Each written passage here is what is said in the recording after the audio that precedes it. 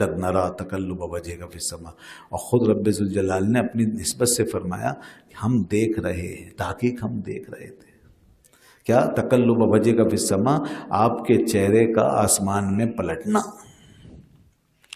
یہ مقام دیکھیے، اس سے کون سا حکم بتایا جا رہا ہے، کون سی توحید کی بات ہے؟ کوئی ایسی بات یہاں پہ نہیں ہے، یہاں صرف اللہ تعالیٰ یہ بتا رہا ہے کہ ہم دیکھ رہے تھے۔ کیا چیز؟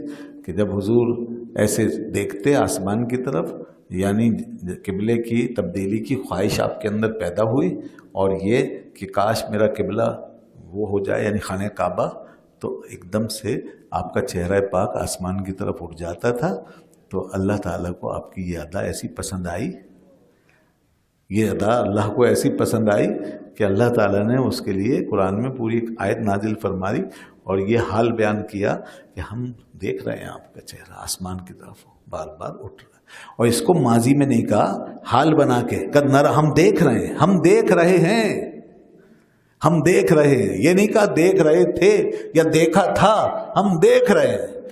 آج بھی ترجمہ اسی طرح، ہم دیکھ رہے ہیں، حالانکہ بات ماضی میں جا چکی، مگر قرآن کا یہ انداز بتا رہا ہے کہ رب کو اپنے محبوب کی ادائیں اتنی پسند ہیں کہ ماضی حال مستقبل ان اداؤں کے لیے برابر ہے۔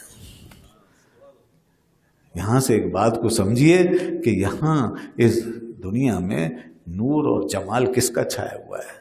آپ ہی کا چھایا ہوا ہے۔ حضور کا معاملہ ہی ہے اس دنیا کا حال، بس آپ ہی کا معاملہ۔ نور کس کا؟ آپ ہی کا چھایا ہوا ہے۔ نظام کس کا؟ آپ ہی کا ہے۔ ذکر کس کا؟ آپ ہی کا ہے۔ ساری کائنات کے دلوں کا قبلہ آپ ہی ہیں۔ سروں کا قبلہ خانہ کعبہ ہے، لیکن دلوں کا قبلہ اور مرکز صرف رسول اللہ کی ذات ہے۔ ایک ایک ذرہ کائنات کا، ایک ایک گوشہ، سب رسول خدا صلی اللہ علیہ وسلم کے کمالات کے گرد گھوم رہا ہے۔ حضور مرکز ہیں اس دنیا کا اور آخرت کا۔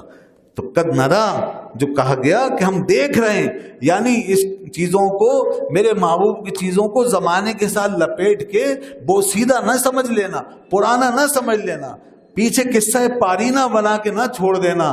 میرا تعلق بھی اس طرح ہے کہ جیسے ہر وقت کا معاملہ، اسی طرح تمہارا تعلق بھی اسی طرح ہے کہ ہر وقت کا معاملہ ہے۔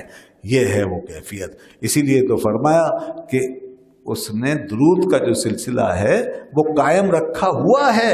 ان اللہ و ملائکتہ یصلون علی النبی، یعنی وہ درود بھیج رہا ہے آج بھی اور ہمیشہ تک کے لیے، ہمیشہ بھیجتا رہے گا۔ باقاعدہ لائیو سلسلہ ہے، ہر وقت کا سلسلہ ہے جو یہ کنیکشن بنا ہوا ہے۔ اس لیے دین جو ہے بظاہر زمانہ دین کو چھوڑ کے الگ ضرور ہو گیا ہے اور ہم مختلف چیزوں میں پڑ گئے، مگر اس کائنات کے باطن میں جو سیکوینس چل رہا ہے، جو نظام چل رہا ہے، اس میں وہی کیفیت ہے جو پہلے دن تھی، وہی آج ہے، اور وہی سارا منظر ہے۔ اگر ہماری آنکھوں سے پردہ اڑ جائے تو ہم یہ صاف دیکھیں کہ صرف رسول اللہ صلی اللہ علیہ وسلم کی ذات ہی مرکز کائنات ہے، حضور ہی اس دنیا کی جان ہے۔ اسی کو پھر ایمان والے، محبت والے مختلف طریقوں سے اس چیز کو عقیدے کے طور پہ ہمارے دلوں میں بٹھاتے ہیں۔ جیسے اعلیٰ حضرت امام محمد رضا خان رحمۃ اللہ علیہ نے کیا فرمایا؟ آپ نے فرمایا کہ اللہ کی سرتابہ قدم شان ہے، یہ انسان نہیں، انسان وہ انسان ہے۔ یہ قرآن تو ایمان بتاتا ہے انہیں، ایمان یہ کہتا ہے میری جان ہے یہ۔ اور ایک اور شعر سنیے، وہ جو نہ تھے تو کچھ نہ تھا، وہ جو نہ تھے تو کچھ نہ تھا، اور وہ جو نہ ہو تو کچھ نہ ہو، کیونکہ جان ہے وہ جہان کی اور جان ہے تو جہان ہے۔ آپ صلی اللہ علیہ وسلم کی یہ شان ہے، لہذا ہمیں اس بات پہ غور کرنا چاہیے۔ ہمارے نبی سے جتنا زندہ تعلق ہو سکتا ہے اتنا کسی چیز سے نہیں ہو سکتا، کسی چیز سے نہیں۔ ماں باپ کا رشتہ، بھائی بہنوں کا اور کسی کا، سب گل سڑ سکتا ہے، سب پرانا ہو سکتا ہے، سب چھوٹ سکتا ہے، مگر رسول اللہ سے تعلق کبھی پرانا نہیں ہے، ہر وقت زندہ ہے ایمان کے ساتھ ساتھ۔ تو اس لیے اللہ نے اس کو حال بنا دیا، قد نرا تقلب، ہم دیکھ رہے ہیں پیارے، تیرا چہرہ آسمان کی طرف اٹھ رہا ہے، ہم دیکھ رہے ہیں۔